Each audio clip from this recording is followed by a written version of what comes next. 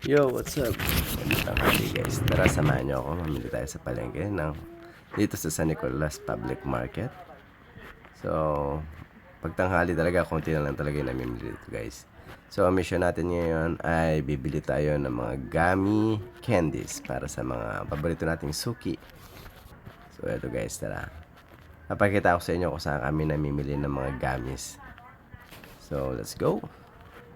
So, hindi naman po yung sponsor nila to. Ipapakita ko lang para sa mga gustong at naghahanap ng mabibilhan ng mga gamis. Ipapakita ko sa inyo kung saan kami nabili ng gamis, candies. Para kung gusto nyo rin magtinda ng ganon, pwede. Pwede nyo pasyalan din itong tindahan kung saan kami nabibili ng mga gamis, candies. Tara, samahan nyo kami sa loob. So, si Irene nasa loob na yan. Nauna na siya pumasok sa akin. So, let's go. Pasok tayo. Ayan, sa bungad pa lang makikita nyo na yung mga kanilang paninda. Andiyan dyan yung mga may laruan din na nakasabit, no? Mga candies. Ayan, may Nutella pa guys, no? So tara. So may sound sila dito sa loob guys, no? Kaya na gano'n to, voice over tayo. Alam nyo na.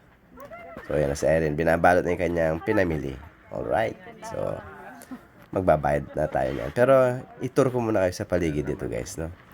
Ito yung kanilang mga paninda dito guys. Maraming pagpipilian. Okay? Kung kayo mayroong sa malit na sari-sari store, pwede sa inyo to guys. Try nyo dito sa San Nicolas Public Market. Ayan. Ito sa side lang to ng ST Mart guys. No? Sa side niya lang. Okay. Ayan. Tapos na nagbayad si Irene. Oh, magbabayad pa lang siya nito. Magbabayad pa lang siya. So, ayan guys. Dito yung bayaran guys. Sa counter dito. Dalawa yung counter dito guys. No? So, dito kami sa pangalawang counter. So, marami sila tinitinda dito guys, no? Yung mga tali ng buhok, mga balloons. Ano pa bang hinahanap natin sa mga party needs, mga palaro sa mga bata. At ngayon, lilipat naman tayo. Bibili tayo dito ng mga plastic cups. Okay. Dito tayo guys. No? Ayan guys. Medyo mainit talaga ang panahon. Ayun si Erin, nakapila na. Siya nang bumibili. So, ako ang taga-buhat at kargador ni Irene. So, ayan sa Irene, no? Charan! So, dito rin guys sa paligid, may mga sounds din dito. Kaya, voice over tayo. So, kung hanap nyo naman ay mga plastic cups, paper cups, pambalot ng burger, dito ako bumibili guys. So, si Erin bumili ng buko juice at inabutan niya ako. Salamat naman. Naawa din siya sa kargador. At ayun. So, pagkatapos nito, ayan, bit-bit. Balik na kami sa Plaridel kung saan kami nag-park. So, lakad lang. Si Irene, binit-bit niya yung mga plastic cups. Magaan lang naman yung guys. Lakas talaga ng asawa ko. So, andito na kami sa aming paboritong sasakyan. Okay, so hinanap namin si Gerald dito. Hindi namin alam kung saan siya nagpunta. Magbabike ko ngayon si Gerald Anderson. Okay. So next guys, pupunta naman tayo sa bilihan ng bigas. Nako, parang mapupuno na yung aking memory nito. Okay. Tara, samahan nyo kami guys.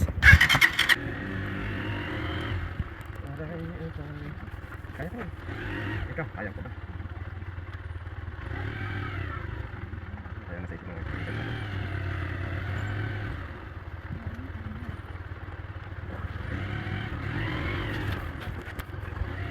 At ayun, nakalabas na rin tayo sa ating pinagparkingan dito sa may Plaridel.